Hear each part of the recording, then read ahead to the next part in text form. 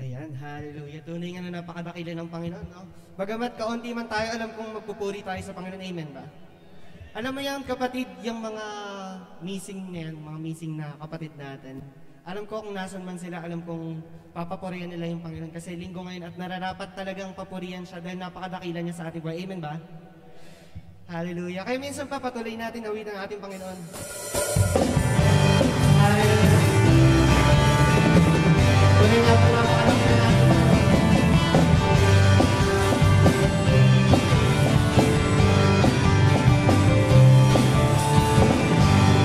Sige kapatid, palakpakan ang ating mga kamay. Pagkagsige ng pagpupuri natin sa Panginoon.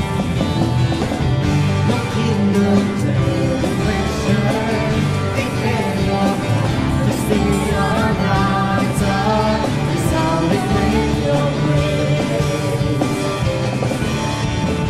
We see your spirit moving, we run away more than your glory. It's in the wall of earth. It's entering love, so higher and higher.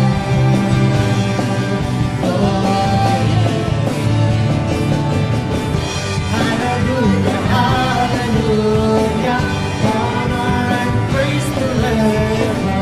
We'll shout a victory cry to eternity.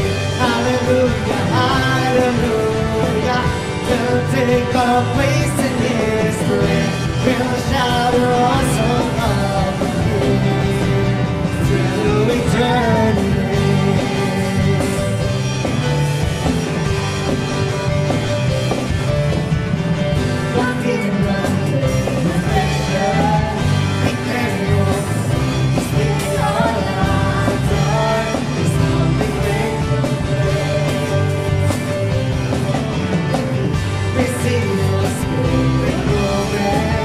We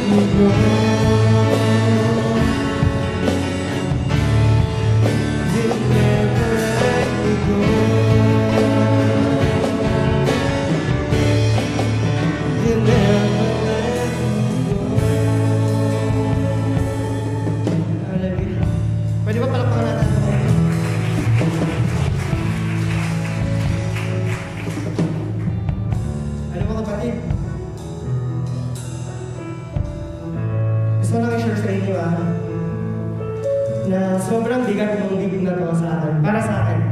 Hindi ko alam kung bakit. Sobrang bigat niya. Hindi ko sinasabing nadidepress ako. Kasi alam ko naman nandiyan yung Lord para sa akin. And hindi niya ako binigo talaga. Andyan siya. Hindi ko alam kung ano nangyayari sa akin. And I'm trying to find my purpose. And then, suddenly, biglang dumating yung linggo na to. Biglang ko naisip na, baka yun na yung purpose ko para sa Lord. Nabigyan ng papurihan, nakailan yung pangalan. Nagamitin ako para papurihan na. Kaya sobrang thankful ako sa Lord. Tapos, nung Saturday, ay nung Friday, nagkasakit yung lola ko. And siya yung lola ko na pinaka-close ko.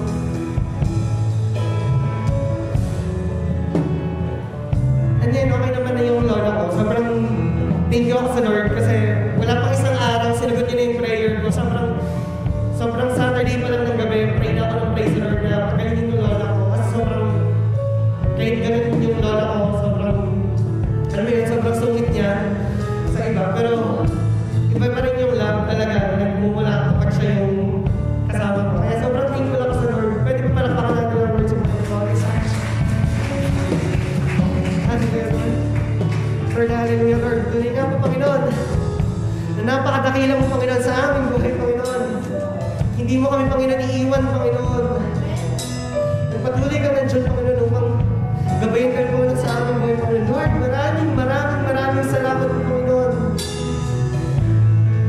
Napatuloy ang ginagawa na himala, Panginoon, sa aming mga buhay, Panginoon. Lord, maraming salamat, Panginoon, simula sa pagbulat na aming mga Panginoon. Sa inyong paggabay, Panginoon. Sa mga kapatiran na ito, Panginoon, na nakikita ko, Panginoon, isang malaking pasasalamat na po, Panginoon, sa aming mga buhay, Panginoon.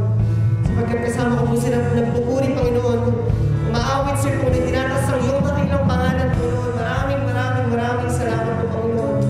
Lord, maraming salamat din po sa mga kantong ito, Panginoon, na patuloy nagbibigay kalakasan, Panginoon. Kasi silbing gabay, Panginoon, kung patuloy na pinumakan sa inyo, Panginoon. Hallelujah, Lord. Lord, tuloy nga na-deserve mo lahat ng papuring ito, Panginoon. Ang pagdakila na ito, Panginoon. Lord, maraming salamat po sa aming maririnig ng iyong mga salita, Panginoon. Lord, yung malimay ko sa aming puso't isip, Panginoon, magsilbing gabay, Panginoon. Patuloy na lumakan sa iyo, Panginoon. Lord, nakakita at nalalaman mo, Panginoon. Aming nilalaman ng puso't isip, Panginoon. Nais ka namin itaas mo, Lord, bagamat kami man po, yung nagpulang, nagkakasalamat sa iyo, Panginoon. Ngunit, Panginoon, ang inyong pagmamahal, Panginoon, ay hindi nawawalabagpos, Panginoon. Ito yung Panginoon, siksik at diglig at tumaapaw po sa aming mga buhay, Panginoon. Kaya maraming salamat, Panginoon. Lord, dinadala ko po namin, Panginoon, ang 4 na sulok ng sambahan ng Panginoon. Ay patuloy niyo pong ingatan ang inyong libo-libong anghel sa kalamitan, Panginoon. Panginoon, nilayin niyo po kami sa gawa ng kaaway, gawa ng masama, Panginoon. Upang, Panginoon, ang iyong dakilang pangalan, Panginoon, ang siyang naitaas lang, Panginoon, sa amin ko, Panginoon. Kaya minsan pa, ang lahat ng anak ng Diyos ay magsabi ng malakas na.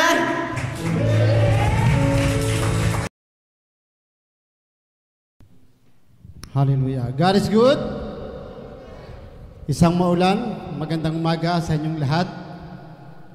Pero kahit umulan, hindi yan hadlang. At hindi rin hadlang ang pandemic na yan para hindi tayo makapag-serve sa Lord. Kaya lang, alam niyo mga kapatid, next week, live streaming po ulit tayo.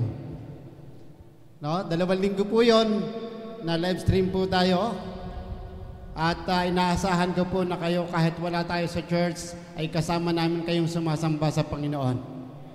Pag oras po ng pagsamba sa araw ng linggo, pag nagla-live na po ako, gusto kong nakikita kayo na nagsisin kayo. Alam nyo kung minsan, pag Wednesday, hindi ko nakikita yung iba. Yung mga kabataan, nandun lahat yung pangalan nila, hindi ko alam kung talaga nakikinig silang lahat. At least nandun yung pangalan nila. No? Pagka meron tayong gawain, wala man sa loob ng iglesia, ng bahay-sambahan, dapat yung espiritu natin ay nagkakaisa. Nandun dapat yung unity. No? Kasi po ang church na ito ay hindi akin. No? O hindi kay Brother Nard, hindi kay Brother Raul, sa ating lahat. Amen? Kaya dapat yung unity ng Holy Spirit na pagsamba sa Lord, kung ano yung ginagawa nyo sa loob ng bahay-sambahan, ganun din dapat sa live stream. Alam nyo kung bakit sinasabi ko sa inyo, maraming simbahan ngayon ang muntik ng magsara dahil sa pandemic na yan. Kasi nga hindi sila nakakapag face-to-face.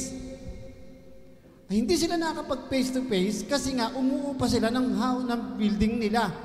Ngayon, dahil sa umuupa sila, ayaw ng may-ari ng building na magkaroon ng pagtitipon. Di wala silang face-to-face. Nagla-live stream sila. Ayaw nung iba na hindi face-to-face. So, hindi na sila nag-church. Nakakalungkot, di ba? Asan yung sinasabing unity? Asan yung sinasabing pagkakaisa sa Espiritu? Paano kung dumating na yung sinasabi nilang Antichrist? O, bagamat nandito na yung Antichrist, hindi nyo lang nararamdaman masyado, pero gumagawa na siya, ay mas lalong maging extreme pa ang Antichrist at hindi na kayo payagang pumunta sa simbahan, hindi na rin kayo pwedeng humawak ng Biblia. Anong gagawin nyo? Tatalikod na kayo sa pananampalataya nyo? Sa Lord? Hindi. Dapat hindi ganon ang maging ugali ng isang Kristiyano. Umulan man tumaraw, bumagyo man o walang bagyo, may gera man o wala, okay? Taggutom man yan, dapat nasa Panginoon ka pa rin, naglilingkod. Amen? Hindi yung maglilingkod tayo pagka may pagkain lang tayo o sagana tayo or maluwag tayong ganitong nakakapunta sa church. Ang paglilingkod sa Lord, kahit nakakulong, naglilingkod. Si Paul, kahit siya nakakulong, hindi siya tumitigil sumulat sa bawat iglesia para maging kalakasan ng mga mananampalataya. Ang sabi ni Paul, bagamat ako'y nakakulong sa lugar nito, pero yung aking presensya, yung aking pagkakair sa inyo ay hindi naglawawala. Naway hindi maging kahinaan ninyo yung mga nangyayari sa akin. Di ba ang ganda mga encouragement ni Paul? Bakit nangyayari yun? Bakit nangyayari yun sa kanila?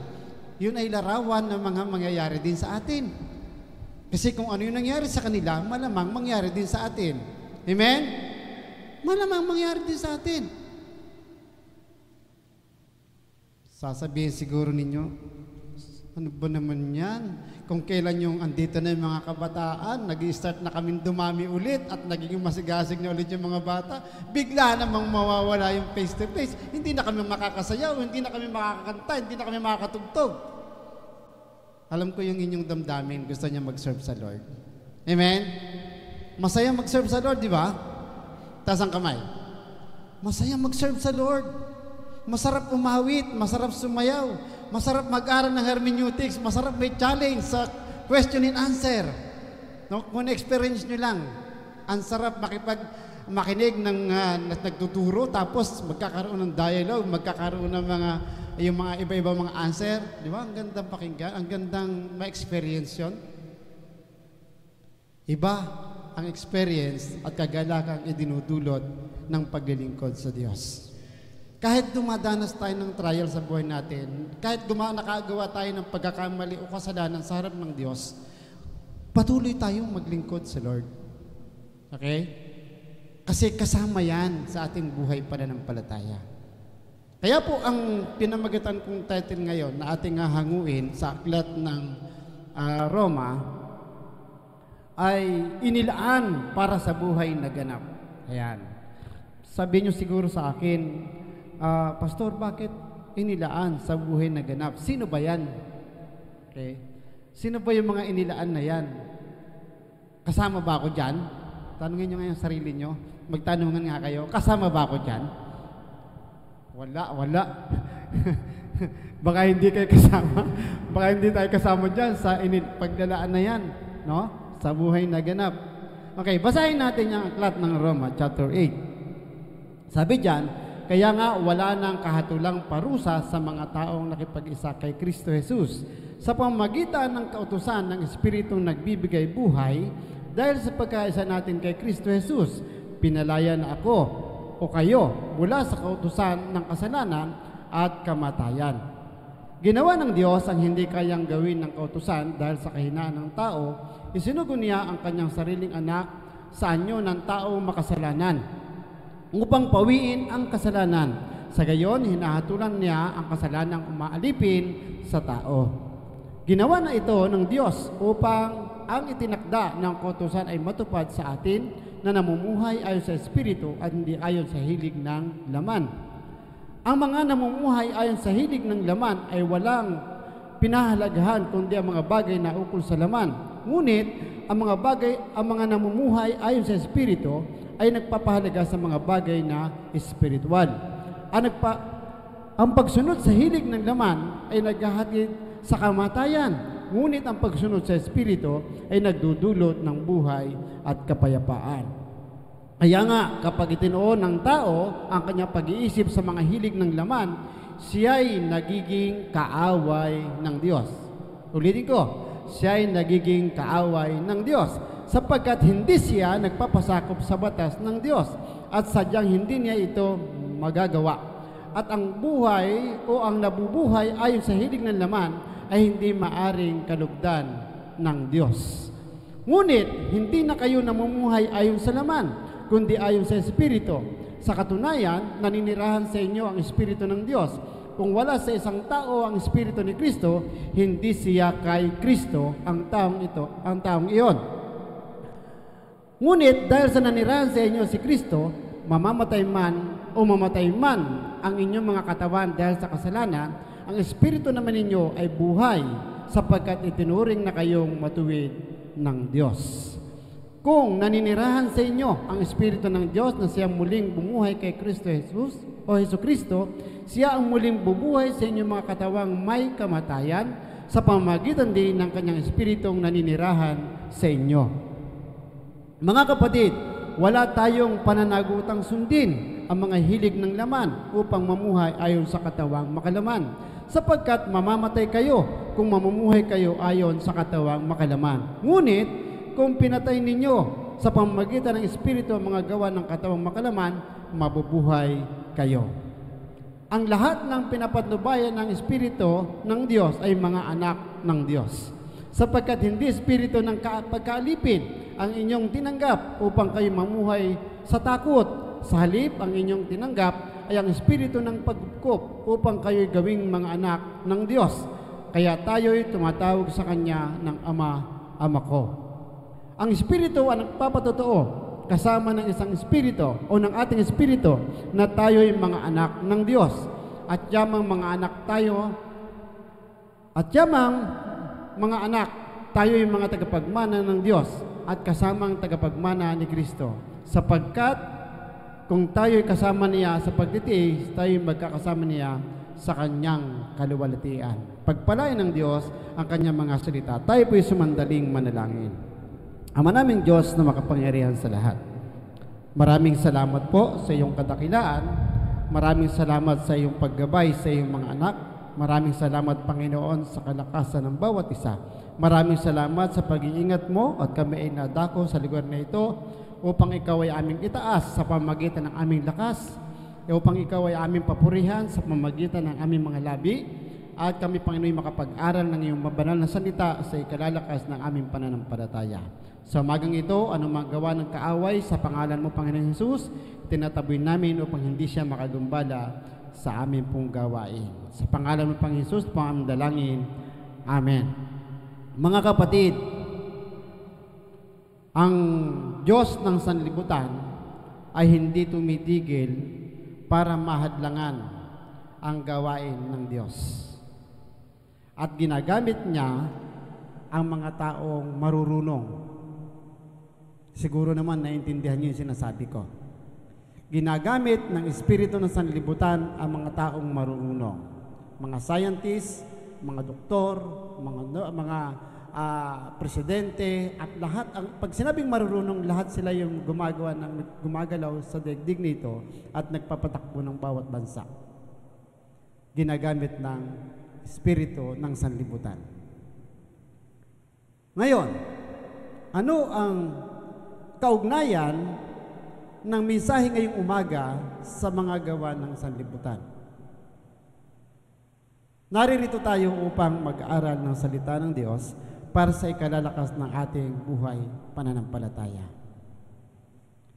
At kung hindi kayo mapapabaksin, bawal kayong lumabas ng NCR o bawal kayong lumabas ng Metro Manila or bawal din pumasok ng Metro Manila yung mga nasa labas ng Metro Manila.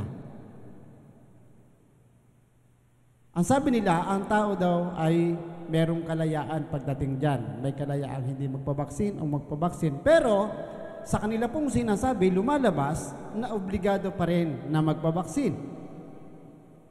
Ano sabi ni Duterte? Kung ayaw nyo magpabaksin, umalis na kayo ng Pilipinas. Maging yung ating Pangulo ay pwede rin siyang kasangkapanin ng Diyos ng sanlibutan para yung mga Kristiyano ay gipitin at yung mga tao ay gipitin sa kanilang karapatan. Maliwanag po yan. Kaya pag ako tinatanong, Pastor, nakapag-vaccine ka na ba? Kapatid, undecided pa ako dyan. Hindi ko sinasabing hindi ako magpapabaksin, pero sinasabi ko, undecided ako dyan. Pero pag nakita kong yung vaccine ay hindi naman talaga makaka-apekto at hindi ako mamamatay, siguro. At yung vaccine na yun ay kung hindi naman makaka-apekto sa pananampalataya ko, magpapabaksin ako. Pero kung yung vaccine na to ay magiging dahilan pa ng pagsira sa aking pananampalataya, hindi ako magpapabaksin. Kaya yung aking title, yung tayo inilaan para sa buhay na ganap. Dito sa lupa, lagi kong sinasabi sa inyo, walang forever. Sa langit lang merong forever. Kaya ang ginagawa ng Diyos, yung mga anak niya, mga Kristiyano, yung mga mananampalataya, inihanda niya. Ipiniprepare ng Diyos. Okay? Kailan ba nag-umpisa na ikaw ay inihanda ng Diyos? Nag-umpisa yun, kapatid, nung tinanggap mo si Jesus bilang Panginoon tagapagligtas ng iyong buhay. Doon na nag-umpisa yung paghahanda ng buhay mo para maging ganap. Naniwala ba tayo ron? Mula nung tinanggap mo si Jesus sa buhay mo bilang Panginoon tagapagligtas, okay? Inumpisahan ka na ng Diyos, ayusin.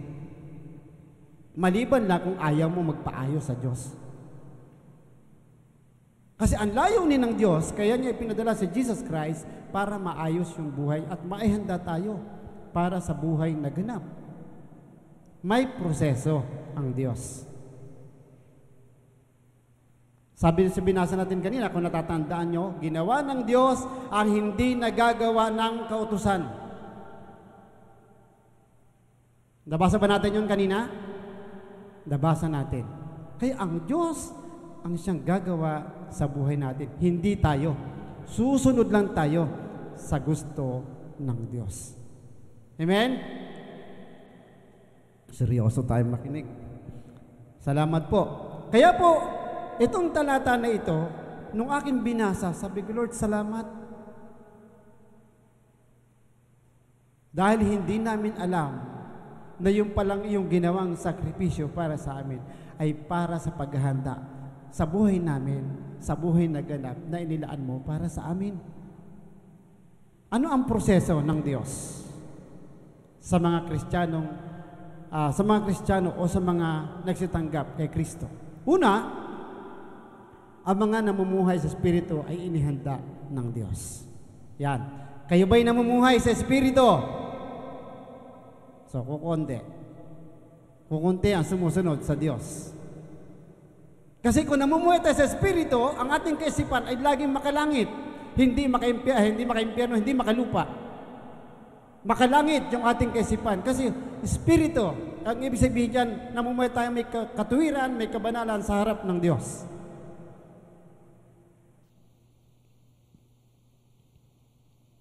Kung ating pong papansinin yung verse 2, ano po? Pinalaya sa kautusan ng kasalanan sa pamamagitan ng Espiritong nagbibigay buhay, which is si Jesus Christ po tinutukoy dyan. Sabi ni Jesus, ako ang nagbibigay buhay. Okay? Pinalaya daw po tayo sa kautusan ng kasalanan. So, yan po yung preparation na ginawa ng Diyos sa atin. Tinubos, ibig sabihin tayo pinalaya, tinubos kayo ni Kristo sa inyong mga kasalanan. At ang pinantubos sa inyo ay dugo at buhay ng anak ng Diyos. Maliwanag yan. Sa pamamagitan ng Espiritu ng buhay, si Kristo.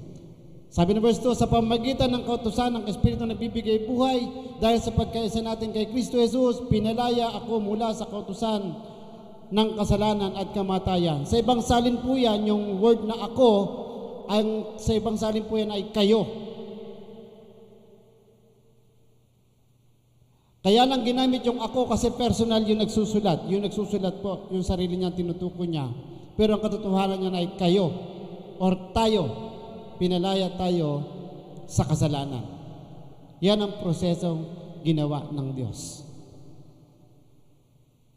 Pangalawa, isinugo ang kanyang anak sa anyong makasalanan upang pawiin ang kasalanan. Yun yung katugunan ng verse 2. Makikita natin sa verse 3. Isinugo ang anak sa inyong makasalanan upang pawiin ang kasalanan. Sabi sa verse 3b, sinugo niya ang kanyang sariling anak sa anyo ng taong makasalanan upang pawiin ang kasalanan. Sa gayon, hinatulan na niya ang kasalanang umaalipin sa inyo. Anong ginawang paghatol ni Jesus Christ? Napagtagumpayan ni Yesu Kristo. Ginapi niya. Ginapi, tinalo, no? O tinubos tayo sa pamagitan ng kanyang dugo, kamatayan sa krus ng Kalbaryo para sa ating mga kasalanan. Ang pangatlo, wala nang kahatulang parusa sa mga taong nakipag-isa kay Kristo. Kaya nung isinuko mo yung buhay mo kay Kristo, wala nang nakalaang paghatol sa iyo. Pero may punishment pa rin sa iyo. Ang ibig dyan paghatol dyan ay yung hatulang ka sa impyerno. Pero kung ikaw ay nagkakasala, may punishment ka pa kasi anak ka niya. Natalakay namin yan sa Bible study namin sa pamumuno ng Sister Josephine. Tama. At alam nyo, itong ginagawa ng Diyos na paghahanda sa atin, kung hindi natin ito pinag-aaralan, hindi natin malalaman na tayo pala ay inilalaan ng Diyos sa buhay na ganap. Malapit na. Kailan yung malapit na? Matulog muna kayo. Paggising nyo, ayun na yun. Okay? So, wala nang kahatulang parusa para sa taong nakipag-isa kay Kristo. Bakit? Ibinigay mo na kay Jesus Christ. At si Kristo na ang nakakaalam ng buhay mo. Hawak niya na ang buhay mo. Siya nang may-ari sa'yo. Kailan nangyari yon? Nung isinuko mo yung buhay mo sa Kanya. Nung tinanggap mo si Jesus sa iyong buhay bilang Panginoon at tagapagligtas.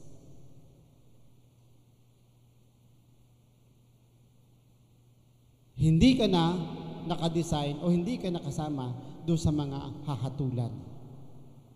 Pero bilang anak, nagkakamali tayo, nagkakasala tayo, kasi hindi tayo exempted dyan sa mga bagay na yan, habang nandito tayo sa lupa, meron tayong punishment pa rin matatanggap mula sa Diyos. Yun naman ay pagtutuwid. No? Pagtutuwid yun, yung ginagawa ng Diyos na yun. At hindi rin tayo bibigay ng Diyos, ang Diyos ay hindi naman nagsusubok.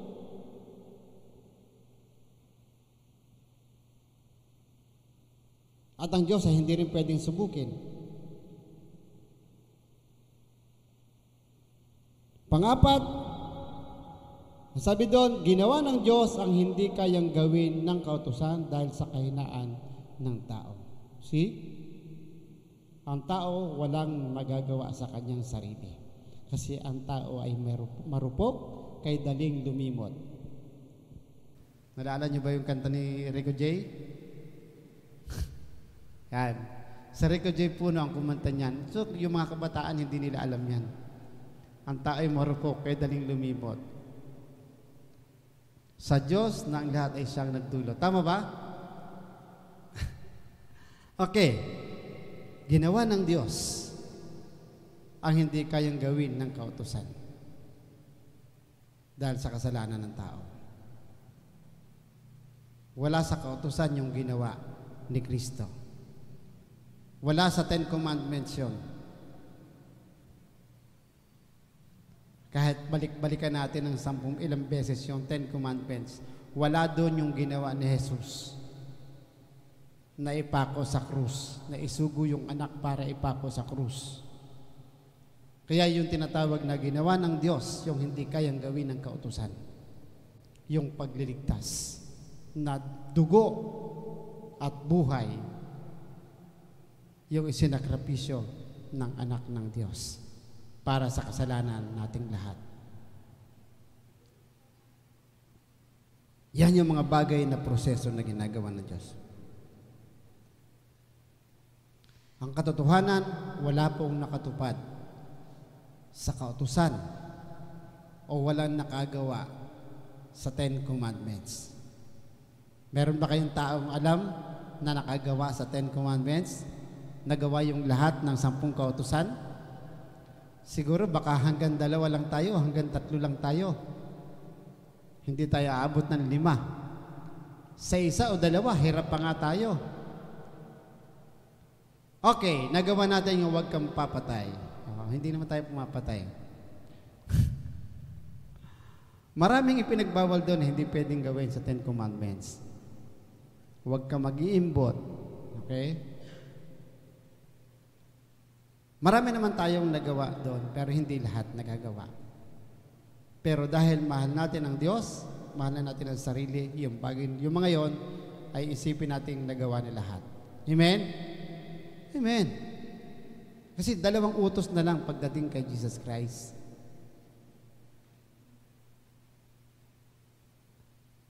Ang pangalawang puntos po natin, ang mga namumuhay sa Espiritu ay pinalaya na sa mga hayag na gawa ng laman. Okay? So meron ka ng chance. Ito mga Kristiyanong na nakipag-isa kay Kristo ay meron ng chance sa pagkakataon. Bakit? Dahil pinalaya na Espiritu o pinalaya na sa mga hayag na gawa ng laman. Anong ibig sabihin pinalaya? Okay? Ang mga namumuhay ayon sa mga hilig ng laman ay walang pinahalagahan kundi ang mga bagay na ukol sa laman. Yang isang yan ang pinalaya, inalis tayo ng Diyos dyan. Dyan tayo pinalaya. Dati yung ating kaisipan ay para lagi sa ating sarili. Alipin tayo ng ating sarili. Lahat ng gusto mo ikaw masunod. Sabi mo meron kang Diyos, pero yung Diyos mo nasa gilid. Sa tabi mo lang, wala sa sentro. Okay? Kaya ang sabi doon, ang pinahalagahan kundi ang mga bagay na ukol sa laman. Yung daw mga namumuhay ayon sa mga hilig ng laman ay walang pinahalagahan kundi ang mga bagay na ukol sa laman. Laging yung sarili niya ang nasa isip niya. Lagi yung gusto niya ang masusunod. Kaya pinalaya tayo doon ng Diyos. Next. Ang mga sumusunod sa hilig ng laman ay naghahatid ng kamatayan. It's danger. Ito, bibigyan ko kayo ng isang halimbawa. Kahit hindi pa siya Kristiyano, hindi pa siya mananampalataya. Ito ay tunay na buhay, mga kapatid. Merong isang tao na nag-start siya sa pag-inom ng alak, pa konti-konti lang muna. Nag-start siya ng 16 years old. Nag-start na siyang uminom. So, pa-shot-shot lang muna. Hanggang tumagal, naging nagumo na siya sa pag-inom ng alak. Hindi niya na maiwan yung alak at sigarilyo. Okay? Anong tawag doon? Hilig ng laman. Diba? Laman mo yung may gusto eh. Ano sabi ng Bible? Ang mga sumusunod sa hiling ng laman ay naghahatid ng kamatayan. Kaya pag ang iyong sarili ay hindi mo na kontrol doon sa iyong pinasok, malamang kamatayan ang magiging bunga nun. Sa mananampalataya, kamatayan saan? Hahantong. Spiritual na kamatayan. Okay? Pero kung ikaw ay tunay na anak ng Diyos, wala ka na doon. Kasi yung binasa natin kanina, iniligtas na tayo doon, nilinis na tayo doon, inalis na tayo doon. Hindi na tayo kabilang dapat doon.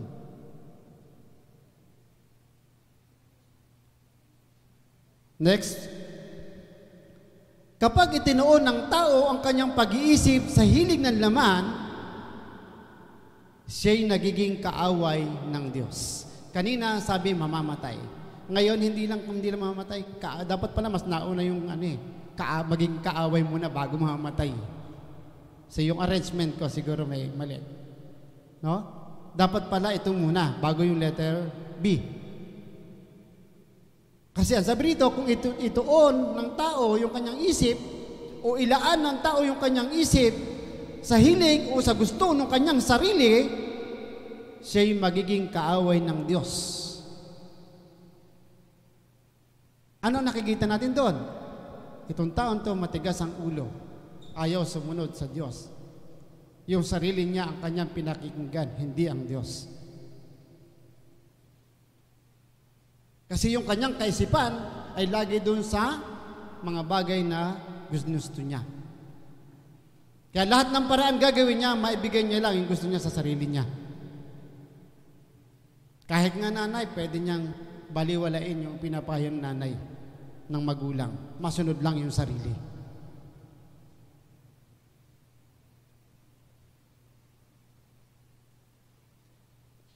Sabi ng verse 7, kung ating babasahin ng buo, kaya nga kapag itinuon ng tao ang kanyang pag-iisip sa mga hilig ng laman, siya'y naging kaaway ng Diyos sapagkat hindi siya nagpapasakop sa batas ng Diyos at sadyang hindi niya ito magagawa. Yun ang dahilan. Ayaw magpasakop sa batas ng Diyos.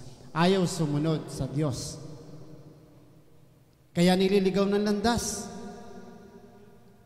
Kaya napapasok ng espiritu, ng dyablo, ng kaaway. Hindi ko kaya ginajudge. Lahat tayo pwedeng mangyari yan. Kaya kailangan talaga natin ang tulong ng Espiritu. Ang tulong ng Diyos sa buhay natin. Habang hinihintay natin ang Panginoon sa kanyang pagbabalik.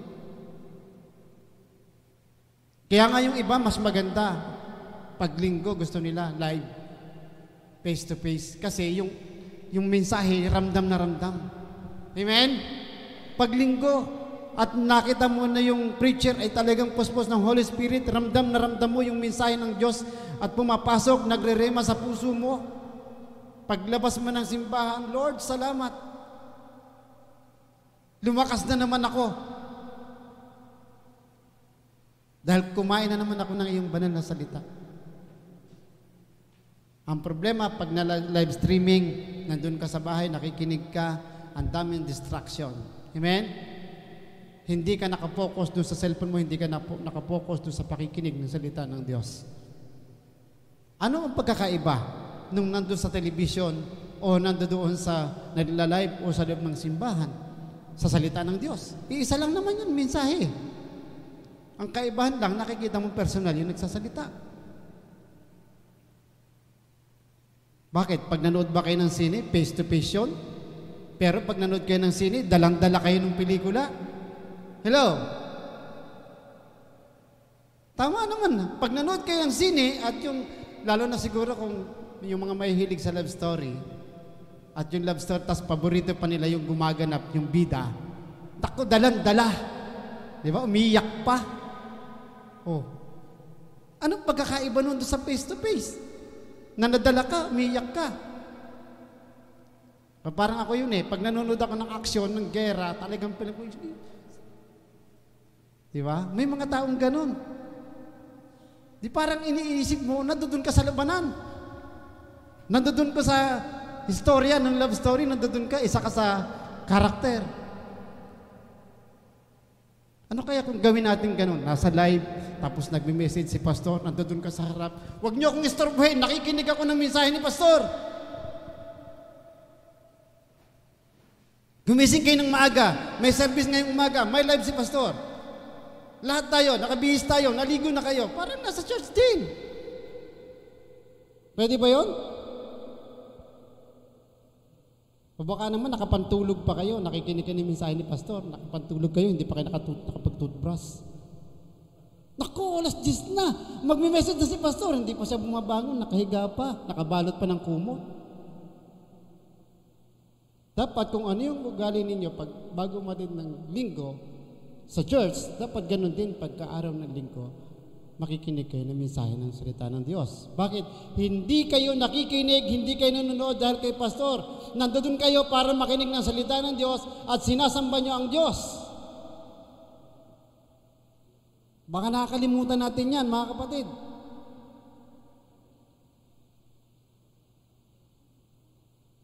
Pag communion ba, naka-live streaming, sumasabay ba kayo sa communion? Nag-message ako nung nakaraang mga live streaming natin.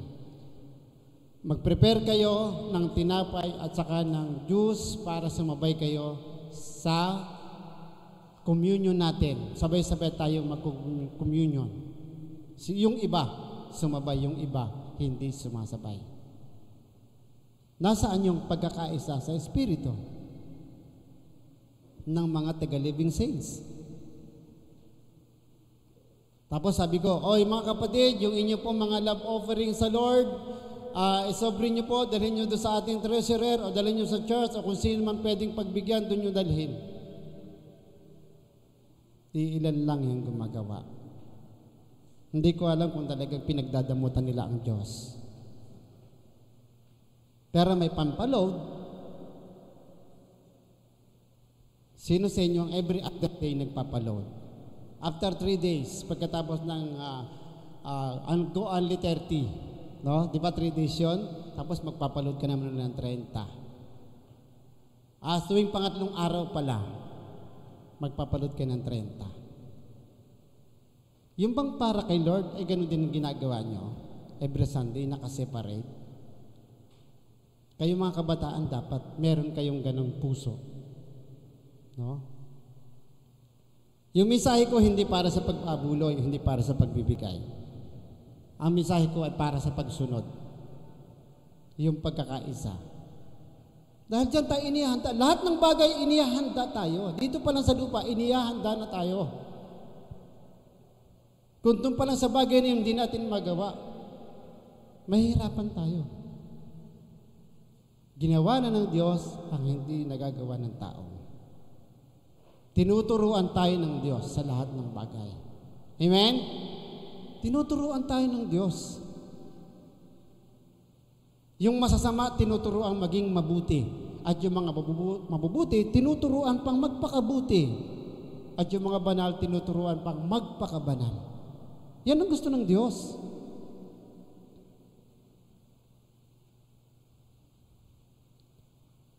Next, Brother Jael. Ang mga namumuhay sa hilig ng laman ay hindi maaring kalugdan ng Diyos. Tingnan nyo. Anong ibig sabihin na hindi pwedeng kalugdan?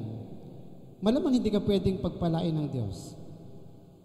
Or, mayroong nakalaang pagpapala sa iyo ang Diyos, pero mabagal dumating sa iyo yung pagpapala ng Diyos. Kasi, nandun ka sa kabila.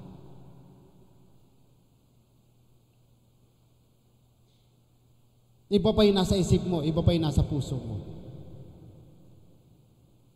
Paano kang kalulugdan ng Diyos? Paano matutuwa sa iyo ang Diyos?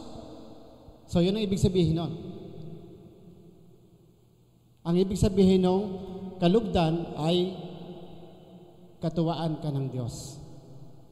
Tama? Kaluguran. Malalim yung Tagalog eh. No? Marami kasing translation ng Tagalog eh. Pero para mas maganda doon yun, hindi matutuwa ang Diyos sa atin. O hindi nalulugod. Kapag namumuhay tayo sa hilig ng laman. Namumuhay tayo sa hilig ng ating sariling katawan. Mas inuuna natin yung katawan natin kesa ang magsumunod sa Diyos. Unahin ang Diyos para tayo pagpalain ng Diyos. Kahit anong gawin mo, yung business mo, o namang negosyo mo, o trabaho mo, pag inuna mo ang Diyos, kalulugdan ka ng Diyos. Amen? Amen? Parang pinipilit ko kayong sumagot Sa ibang mga church, hindi pa natatapos yung pastor magsalita, nagsisigawan na, "Salamat Lord!" Kasi alam nila yun yung darat nga ng niya sinasabi. Kitang-kita mo yung pag nabibless yung mga tao. Naalala ko si Pau kanina eh. Naawa ako kay Pau. Asa si Pau? Nawala? Nawala si Paulo. Ay, nandun pala, sorry. Si Paulo, napapansin ko, kasama rin po ito sa message Si Paulo, napapansin ko, pagkatapos niyang kumanta, nakikiusap sa inyo. Hindi niyo ba napapansin? Pwede po ba tayong pumalakpak? Pwede po ba tayong sumayaw? Nakikiusap si Pau sa inyo. Ang totoo dapat hindi siya nakikiusap sa inyo. Dapat nagkukusa kayo na itaas ang pangalan ng Diyos. Pwede bang itaas natin yung kamay natin kay Lord? Hindi ganun. Itaas nyo ang inyong mga kamay sa Diyos na buhay. Ganun dapat. Yung live. Saan kayo nakakita ng simbahan na pinakikiusapan yung mga tao? Sige, mag-search kayo.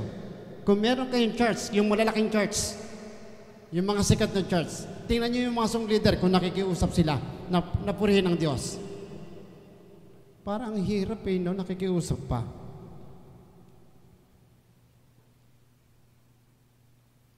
Mag-observe kayo sa church natin, dito sa loob ng church natin. Hindi na kailangan makiusap pa. Kasi ang Diyos, hindi naman pwedeng pakiusapan. Kailangan mo magpakababa sa Lord, makita Lord yung puso mo. Okay? Mamamatay kayo kung mamumuhay kayo sa katawang makalaman. Sabi ng 13, sapagkat mamamatay kayo kung mamumuhay kayo ayon sa katawang makalaman, ngunit kung pinapatay ninyo sa pamamagitan ng Espiritu ang mga gawa ng katawang makalaman, mabubuhay kayo.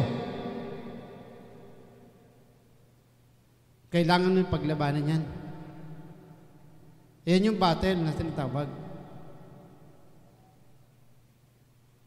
Kalaban ng tao ay ang kanyang sarili.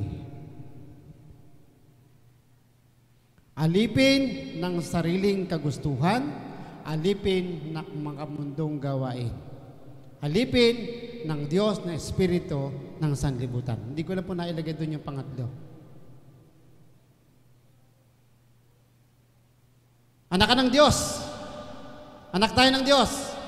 Hindi na kayo alipin dapat ng sanlibutan. Alipin tayo ng Diyos sa kabanalan. Hindi sa kalikuan. Maliwanag po ba yun? Palakpakan niyo ang Diyos.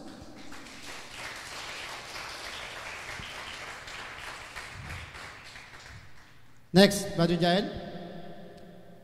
Walang pananagutang sundin ang hilig ng laman upang mamuhay sa katawang makalaman.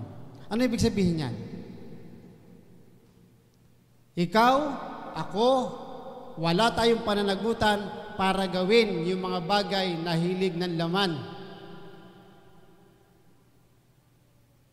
Merong karapatan para pigilin, kontrolin yung sarili mo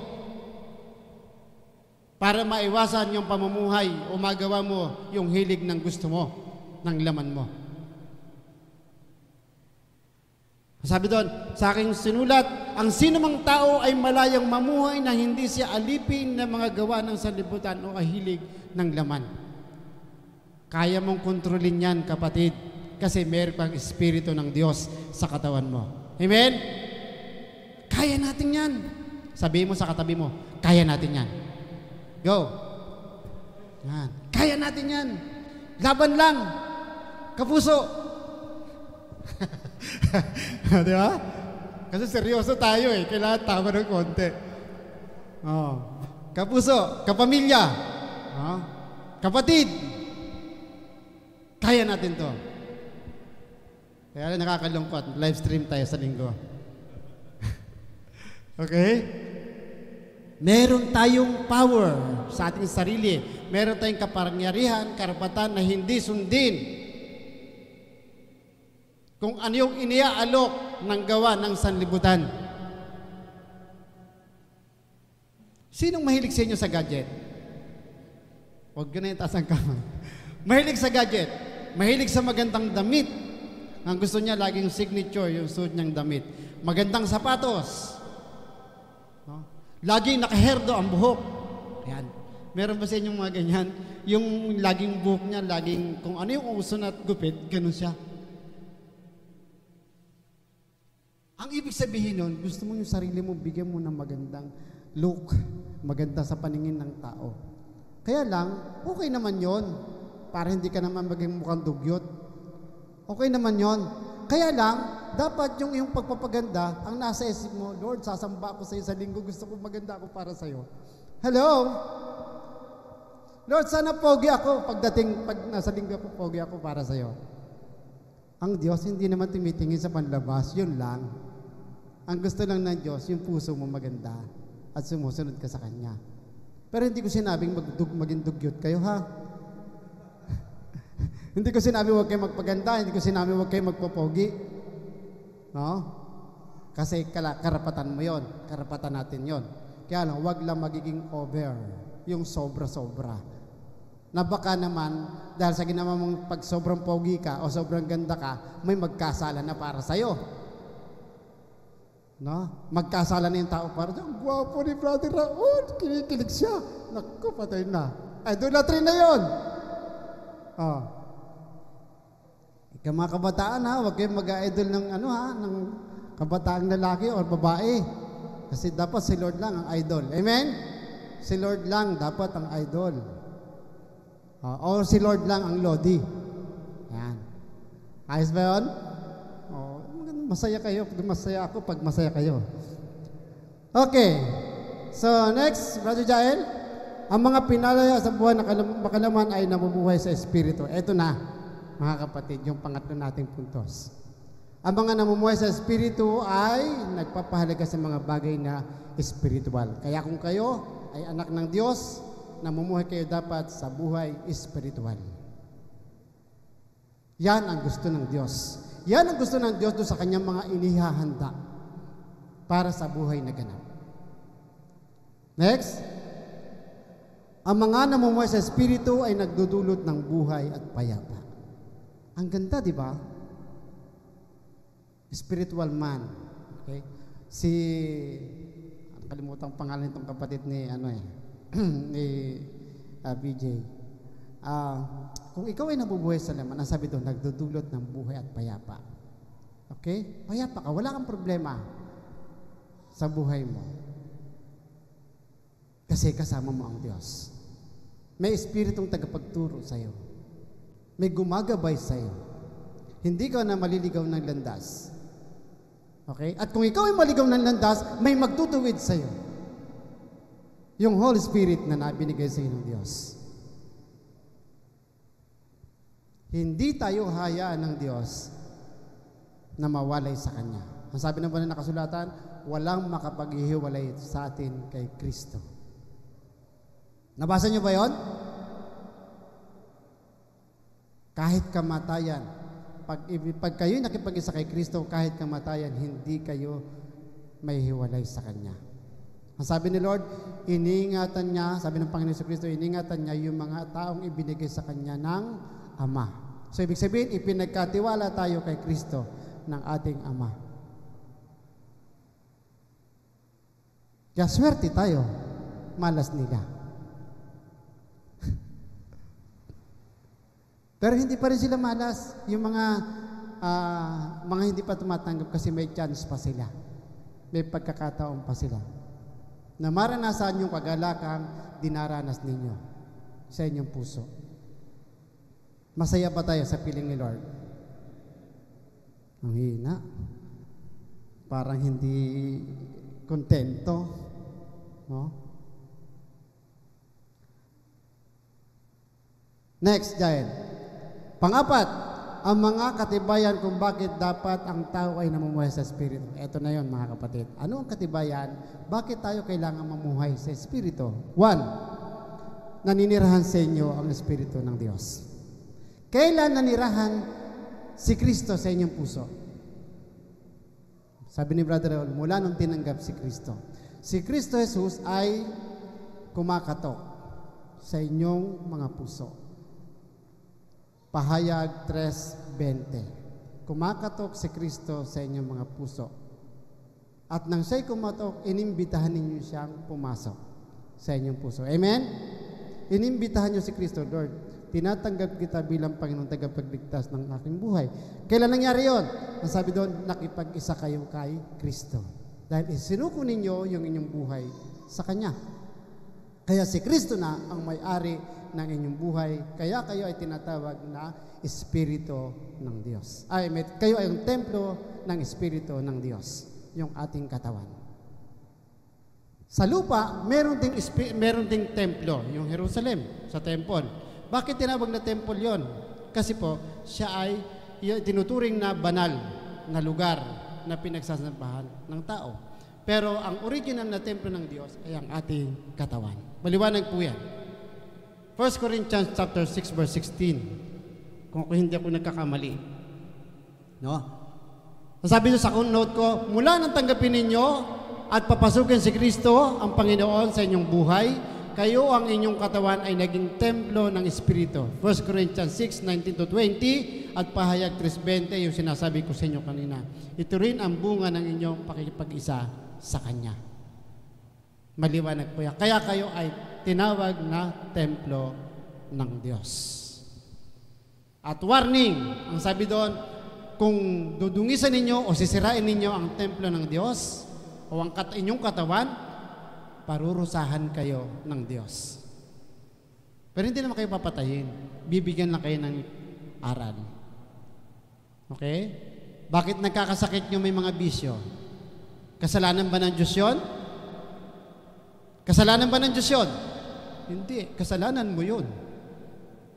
Kasi yung iyong katawan ay ibinigay sa iyo ng Diyos, dapat pahalagahan mo yun. Kasi templo niya yan. Pag pumasok sa dyan, pinaupo mo sa dyan, sa trono ng iyong buhay, siya na ang may-ari sa iyo, wala ka ng karapatan sa sarili mo. Kaya siya na dapat ang masusunod at siya magtutuwid sa iyo sa buhay mo. Yan ang ginagawang paghahanda ng Diyos para sa buhay na ganap. Amen? May pagkukulang ba ang Diyos sa atin? Pwede ba sisihin ng tao ang Diyos? Sino ka para sisihin ng Diyos? Ginawa niya na nga para sa'yo. Ayaw mo lang sumunod. Ayaw mo lang makinig. Next. Ang lahat ng pinapatnubayan ng Espiritu ng Diyos ay ang mga anak ng Diyos. Kaya mapalad ka, kapatid. Mapalad tayo dahil tayo itinuring na anak ng Diyos. Yung mga nataong nasa labas, anong tawag sa kanila? Anak ng sanlibutan o anak sa labas.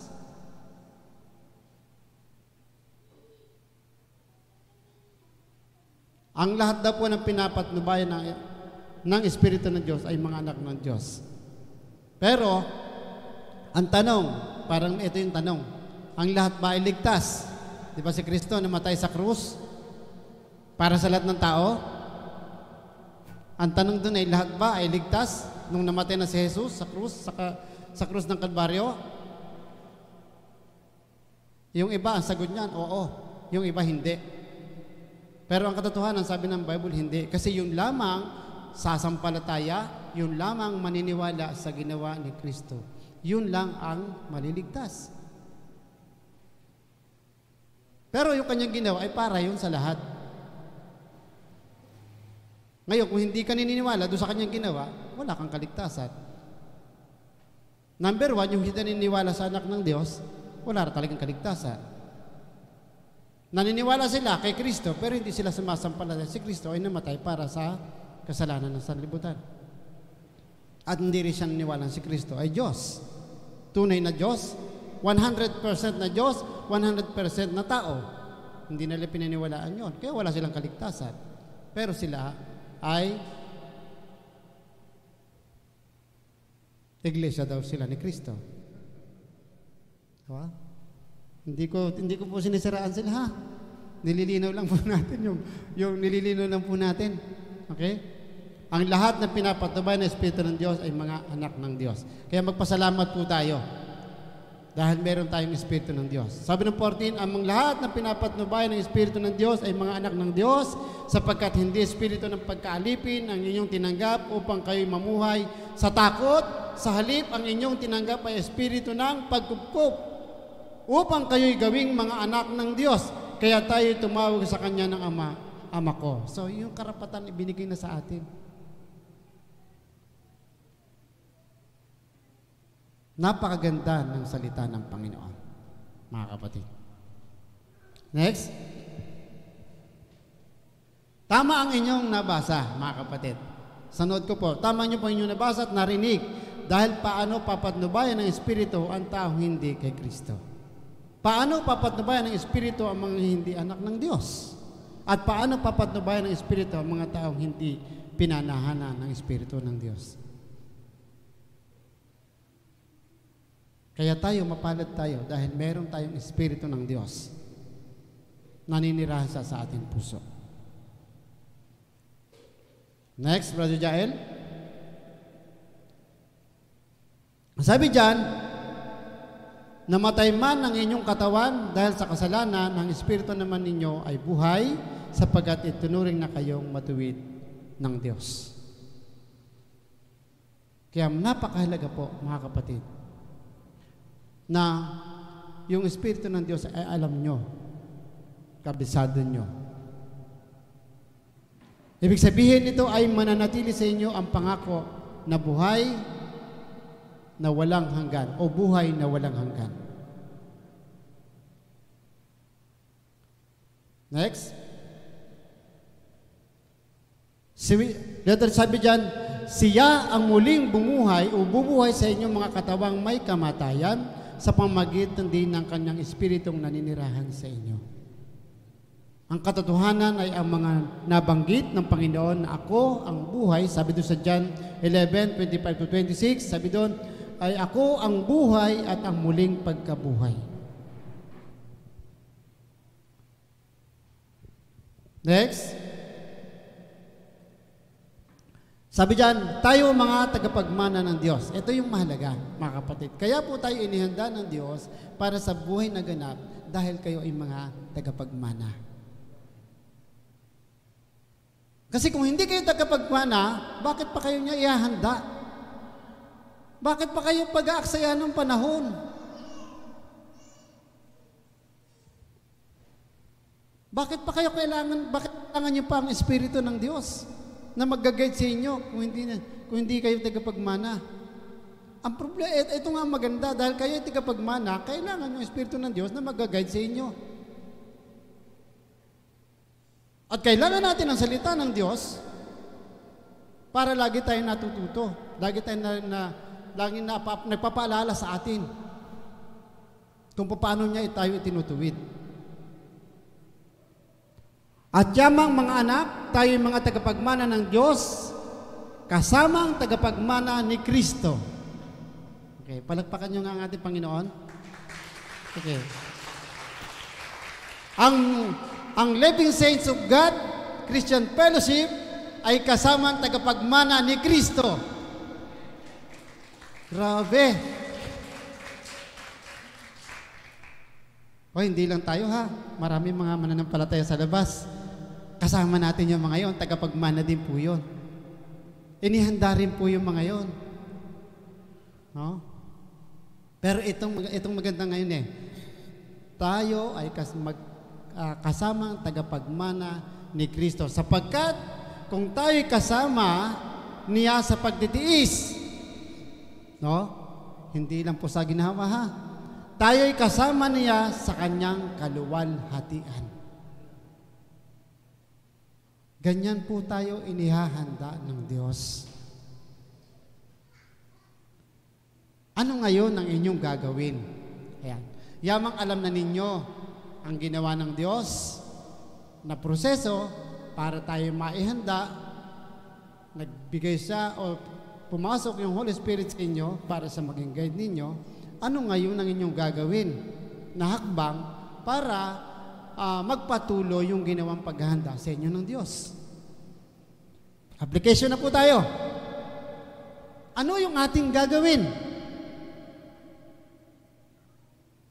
Okay? Sabi doon sa isang note, ito ang kadahilanan kaya tayo o kayo ay inihanda ng Diyos sa pamagitan ng kanyang pagkalinga at pagmamahal, at huwag nang mamuhay ng ayon sa mga hilig ng laman, kundi dapat ay sa pamumuhay espiritual, at ang dahilan ay upang maihanda tayo sa buhay na ganap. Maliwanag po yan. Ipagkatiwala natin ang ating buhay sa ating Panginoon. Sundin natin yung mga aral na ating narinig mula sa salita ng Diyos. Huwag tayong matakot anuman yung nangyayari sa sanlibutan ito. Sapagkat hindi yan mapipigilan, hindi yan maahadlangan, mangyayari ang gusto ng Diyos. Hindi ang gusto natin ang mangyayari. Amen? So tayo po'y manalangin. Manaming Diyos na makapangyarihan sa lahat.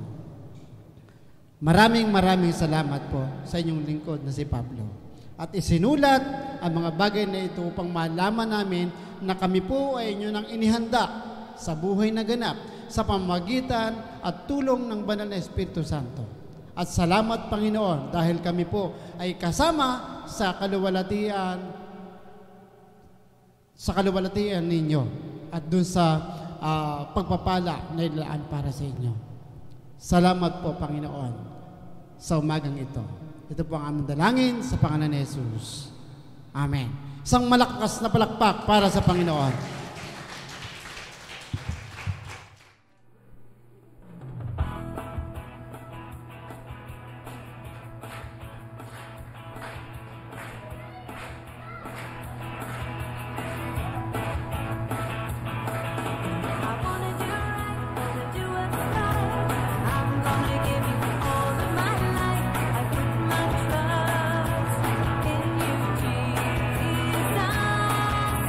Show me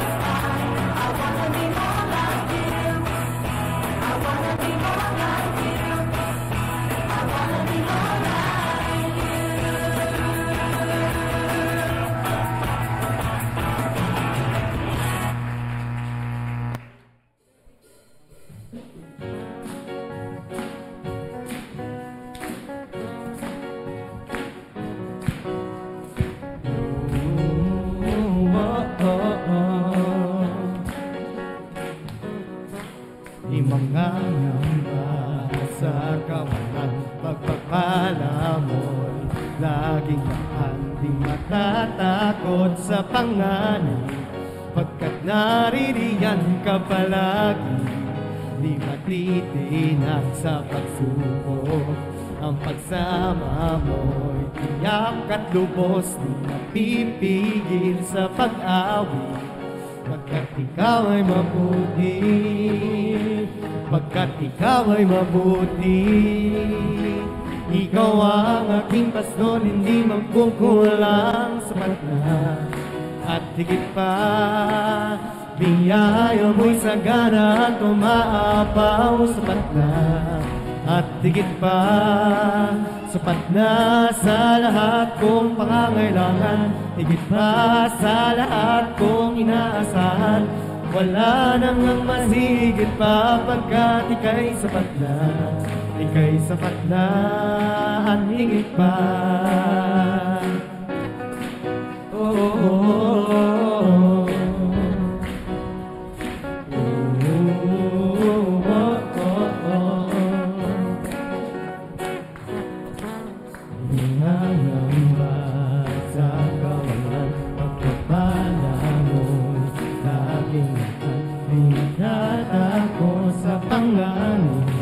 Pagkat naririyan kang palagi, di matitinag sa pagsubok. Ang kasama mo, tiyak at lubos, di mapipigil sa pag-awit, pagkat ikaw ay mabuti. Oh, napakabuti. Oh, ikaw ang aking pastor, hindi magkukulang. Sapat na at higit pa, biyaya mo'y sagana at umaapaw. Sapat na at higit pa, sapat na sa lahat kong kinakailangan. Higit pa sa lahat kong kinaasahan. Wala nang ang masigit pa, pagkat ika'y sapat na. Ika'y sapat na at higit pa.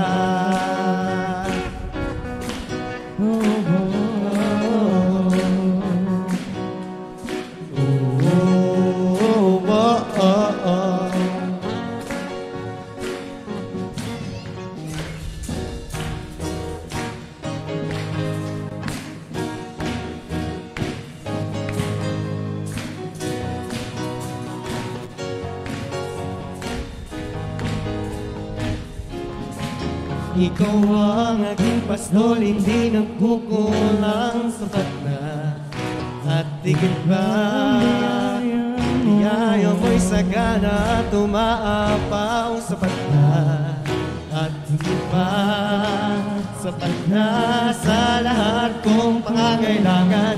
Higit pa sa lahat kong inaasahan. Wala nang masigit pa, pagkat ika'y sapat na. Ika'y sapat na.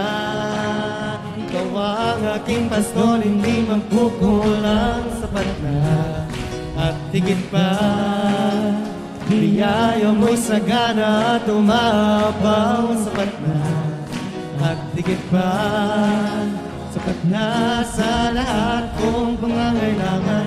Higit pa sa lahat kong inaasahan. Wala nang masigit pa, pagkat ika'y sapat na. Ika'y sapat na. Higit pa nang masigit pa, pagkat ika'y sapat na. Ika'y sapat na. Wala nang masigit pa, pagkat ika'y sapat na. Ika'y sapat na. Higit pa.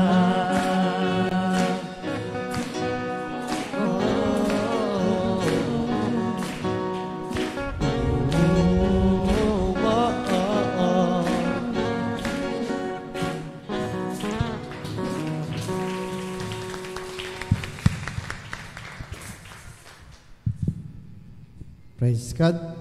Isa nga pong palakpak sa Panginoon.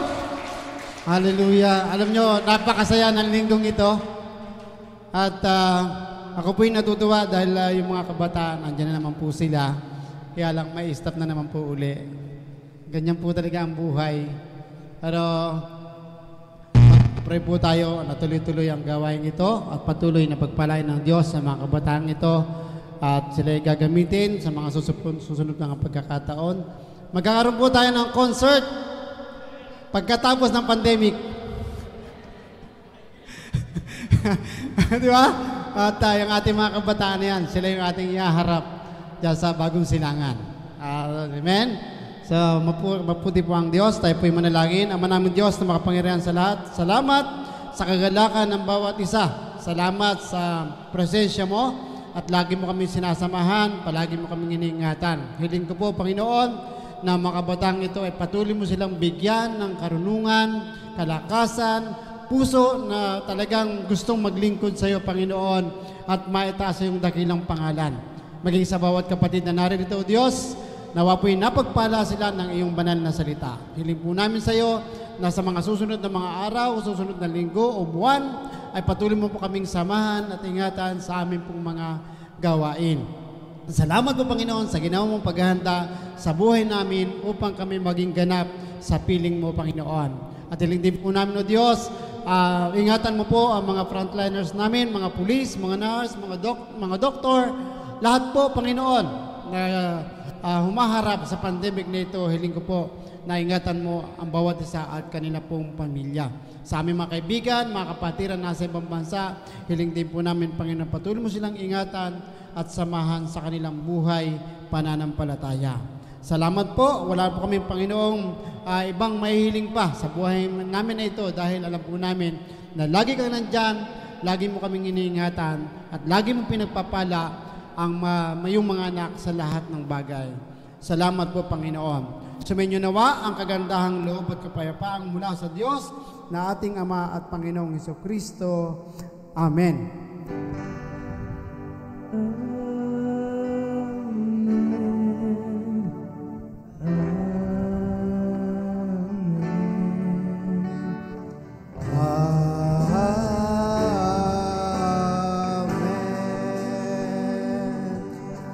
Isang magandang umaga po sa inyo lahat.